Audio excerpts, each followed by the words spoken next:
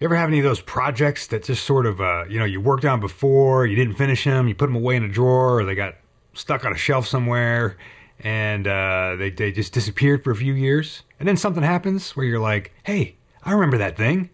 I should dig that out. Take a look at it. Maybe I should work on it again. That's what we're doing today.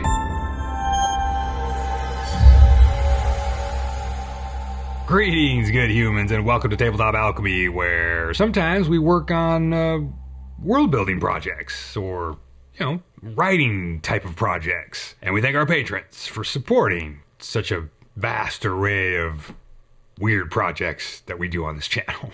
I picked up a new game the other day. Technically speaking, I pre-ordered a new game, but I got the PDFs already. The product, the game, is a series of books. But the PDFs are already done, so they sent me the PDFs. So I have the PDFs. The books are coming, I don't know, in a couple months or something. I just happened to stumble across this. I actually have no idea why. I was like in the middle of surfing the web or something, and I just saw this mention of a game called Nimble. Now, Nimble is a tabletop RPG. It's essentially, it's supposed to be D&D 5e compatible, but it's like a streamlined version of the rule set for D&D. Nimble was released I think a couple years ago, maybe even longer than that. And I've never looked at it or anything, but they must have been advertising this 2.0 version. I came across it, and within 2 minutes, I was just like, I don't know, I was just like, this looks kind of cool. I think I'm gonna buy this. And I did. There are 3 books. There's a game master's guide. There's a hero's guide that's all the player character archetypes, classes, if you will. And then there's another book that is the core rules, which also has some of the magic spells and stuff like that. And all these books, though, are very, very small in comparison to actual D&D rule books, which are hundreds of pages, right? A friend of mine recently reached out to say that she and her daughter wanted to learn how to play D&D. And I was like, let's do it. Any chance to play D&D is awesome. And having someone else ask you to play D&D is pretty cool, because usually you're the one doing the asking, right? Hunting around for players and stuff. Yeah, I know. So I was like, this might be pretty cool opportunity to test out this Nimble game rule set and still, we're still playing D&D essentially. This video is not about Nimble. You can go find all kinds of reviews about that game. But what this happened to spur in me was a thing, an old project that I had put aside. It's just one of the file folders on my computer. You got a bunch of file folders on your computer that are full of all kinds of stuff that you were maybe going to do one day. Yeah, I know. Yeah, we're in sync.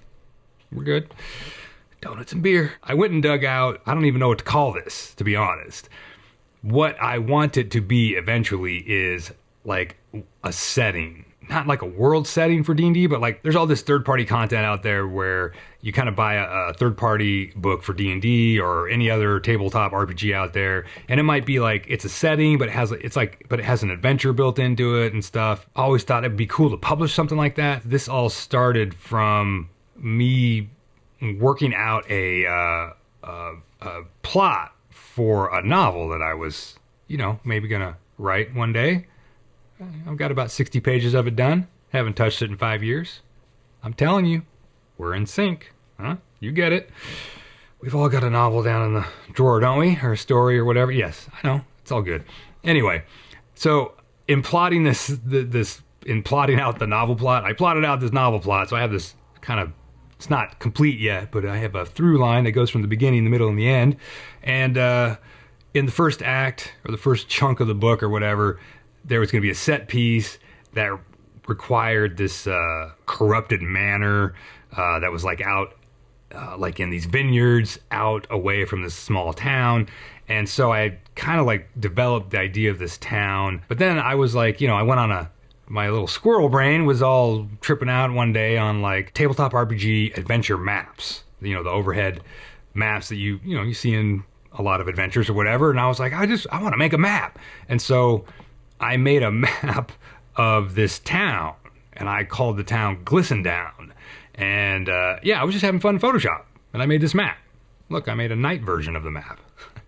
But so as I developed this map, as I was just having fun in Photoshop and messing around, I was thinking about different, like the actual setting itself, and then that sort of spurred on the idea of like, oh, this would be kind of cool to like create a third-party resource book or whatever, and maybe include an adventure or whatever. The way I like to think of things is kind of like I could create this little sandbox. Any DM could drop into their world wherever they want. What I was working on last week or whatever, I just sort of was like, I just kind of felt like it. There's all kinds of crazy stuff going on here, you know, and I've been painting a lot of miniatures, and one day I was just like, I have a document on my computer that I've been writing in for my quote-unquote fantasy world that's super underdeveloped. But you remember back when I did a video about how to design a religion or some gods for your world? That stuff's all in this document for my fantasy world. And so I had some information in there for this Glissendown town, and I've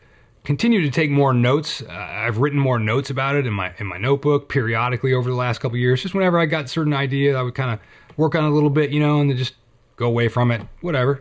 And I decided to pull all those out, and like I was just going to put them all into this document that I've been going, like collate it and kind of make it into a cohesive thing and kind of develop it a little bit. So I kind of created this sort of template thing where I just listed out all these different sort of factors or things that I would want to flesh out for this setting. It's not really a suburb of like a major city, but it is close by to a major city. It's got to have a couple churches and, you know, or one main church, and maybe it has a school, depends how many people are there. And then I had that whole thing with the corrupted mansion, so I put that out there in the vineyards area. And so I was like, well, there's got to be more than one vineyard. So I kind of, and there's farmland, and it's just a fun process to just sort of just riff on writing something. And you're just like, ideas just keep rolling, you know, just like, oh, it's got this, and I could write about this thing, you know. I was like looking up terms for what the mayor could be called instead of being called a mayor, because, you know, it's fantasy world, I want something cool. I came across this term called the reeve, and I was like, oh, that's great. So this town has a reeve, not a mayor. It's the same thing, essentially. It's just stuff like that. It's just having fun. You know, when you're world building, you might be thinking like, well, what is this little town? You know, does it have an export product, or like how does it sustain itself or whatever? They probably export wine. Sure, that's one thing. But of course, oh, you want to have some adventures here, right? So maybe there's got to be like a mine or something, which is super duper like classic D&D stuff, right? Oh, there's a haunted mine, right? So I wanted to put my own twist on that, you know, just take the classic stuff, the cliche, and just give it a little twist to make it a little bit more, a little different. Make it, you know, fun, because my brain only works in short leaps. I have to go to the cliche and then tweak it a little bit, and then that's it, I'm done. So, but it was kind of fun to work with this idea. I thought, okay, there'll be a mine, but what if in this mine, it's not a mine that employs miners like going in there and breaking rocks. It is a mine where they're going in there and breaking rocks. It sounds so weird talking about it this way. But they're not going in there and sledgehammering and digging out giant tunnels. What if this mine required precision artisans? So like highly skilled or highly trained individuals are the miners. They go into this mine and they have to go in with special ensorcelled tools and everything. And what are they mining out of there? They're mining something called gloambrite. And what is gloambrite? Gloambrite is like an accretion of magic or magics that have accreted down through the earth through either, you know, being in an area where there's been like magical warfare or lots of spells cast or something, right? And so it collapses down and accretes into these very long, thin, like needle-like crystalline structures that if you just bump them the wrong way, they just sort of puff into dust, gloam dust, which is kind of an inert substance. But then there's a black market for gloam dust, because gloam dust can be used in some necromantic rituals, and necromancy, of course, is frowned upon or maybe even illegal in certain nations in my fantasy world, right? Not all of them, but maybe some. All this stuff is just spooled, right? You just sort of run with it. You know, it's like, okay, cool. You got this byproduct of this inert dust, but necromancers want it, so that's one thing. And then you've got the actual gloambrite itself, which is like a high value item. The miners aren't like typical miners, they're more like model makers, right? That's kind of what I was thinking. They're kind of like, jewelers or model makers or whatever, right? clockwork experts and stuff. They have to go in there and mine this stuff out very delicately, you know, archaeologist type of stuff, right? But all of the gloambrite is very tiny crystals that they don't want to break them, right? But that's now a high ticket item. Now, what is gloambrite used for? You could be, you know, I was just vague about this, right? Like it's used in magical studies, and it's like I just wrote this one thing here where like, oh, it's got some properties of, and this ties into D&D because I was thinking through the D&D rule set sort of, and probably most TTRPGs, fantasy TTRPGs have this sort of a thing that mages can do when they cast spells. There's something usually called concentration for some spells. So like they cast a spell, say they cast darkness, and it lasts longer than one turn because they're concentrating on the spell, right? So they're holding the spell up or powering the spell so it lasts over time. And so maybe a property that some wizards in the world are researching is that gloambrite has some kind of use in replacing the concentration. Like it can power spells without the wizard who cast the spell having to concentrate on it. That's just like one little thing that gloambrite could do. It could do like a number of different things. Who knows? The idea is it's vague. And why is it vague and mysterious? Because the mages buy the gloambrite. And then, of course, you know, we all know, like, you know, the wizard's tower is mysterious and we don't know what goes on in there, right? So I don't have to get in that detail right now. I don't have to develop that. Then I developed, you know, I was thinking about, okay, more about what's the town government and stuff. And it's like, okay, well, the mage consortium of all the mage enclaves in the big city. In my world, this big city is called Daviland. So in Daviland, there's a bunch of mage enclaves, and they're all together in a consortium to do certain things together as a group. And so they don't necessarily fund the mine. Well, they kind of do.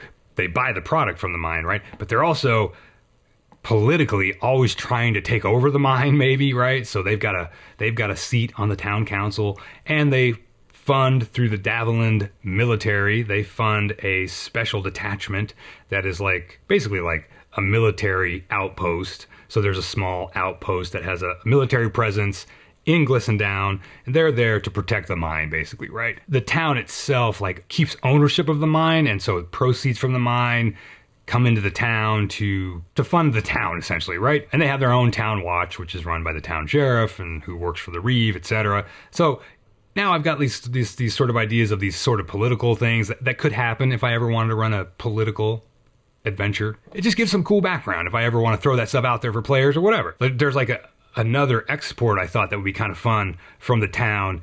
They have the wine, and then I was like, oh, maybe they have special apples. They have special apple trees. My amazing work of imagination here, I came up with the term emerald apples.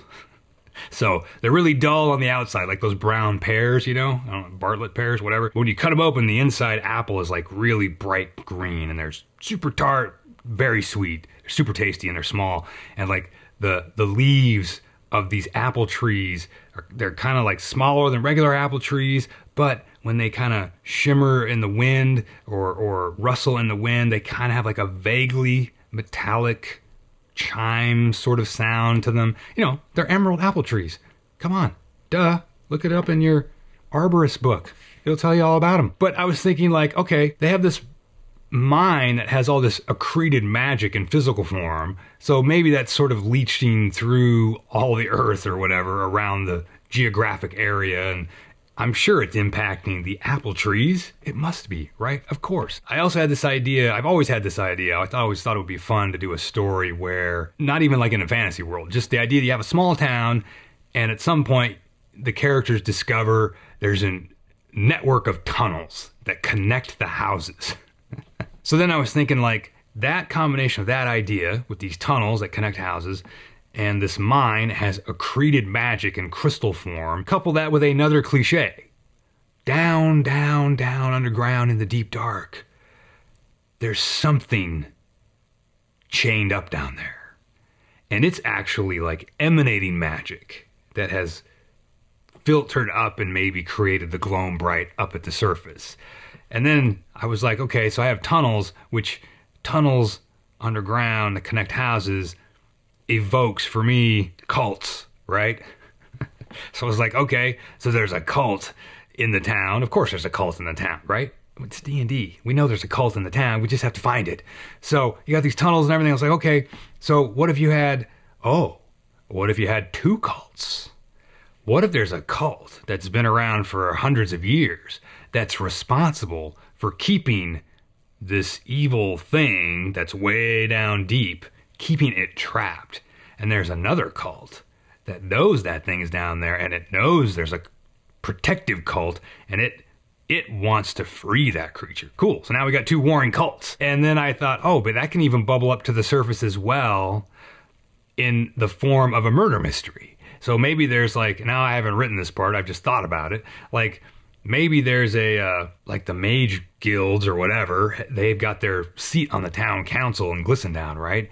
And they send down like a particularly nasty kind of wizard who parades around and seems like a very good and generous person on the surface. And he or she is murdered one day in Glissendown. And it's like a big thing, right? It's a small town. There's a murder of like a town official. This particular person was a bad agent, and they were murdered by the good cult. But it looks like a bad thing has happened because it's a murder, right? And so anyone who goes to investigate, if the player characters and I were to build a whole adventure around this, then it would be like, oh, they're going to investigate this murder of this seemingly good guy person and find out there's a cult behind it. Oh, we got to find. But then, of course, then you can peel off these layers and they can find out there's a good cult and a bad cult and whatever. I don't know how all that would pan out. For now, it's just going to be notes in my document for my fantasy world, and specifically for my Glissendown sandbox. And then you get to do all the cool town stuff. You know, I mean, as far as like doping stuff out, you can make NPCs that live in different spots. You know, it's like, yeah, I was like, God, there must be a library there, kind of a small library, but it's growing because of X, Y, and Z. Of course, you can have a haunted forest out here, and you can have just all different kinds of things. You can have the tunnels that go down to the deep dark. You can access the deep dark if you want to have players do that. So it's just kind of a fun thing to do. And then I don't know when I'll finish it. Maybe I'll just keep working on it from time to time. And the thing with these kinds of projects are that they're non-stressful. You're not like sitting down with the idea of finishing something. You're just like, I'm just having fun with this for now, and I'm just rolling with it. There can be a tipping point where you work so much on something over a few years or whatever, or it doesn't matter how long, but at some point you might reach a tipping point where all of a sudden it becomes easier and gains momentum to just like actually put a bunch more energy into it, and you finish it up and it becomes a finished product of some kind. Maybe it's just something for your notebook, for your players to play. Maybe it's something that you can share with other people. But the bottom line is, it was just fun to be creative. That's it. It was just fun to sit down for a day and a half and just riff on stuff for no reason other than being creative and having fun with it. All right. That's it. See ya.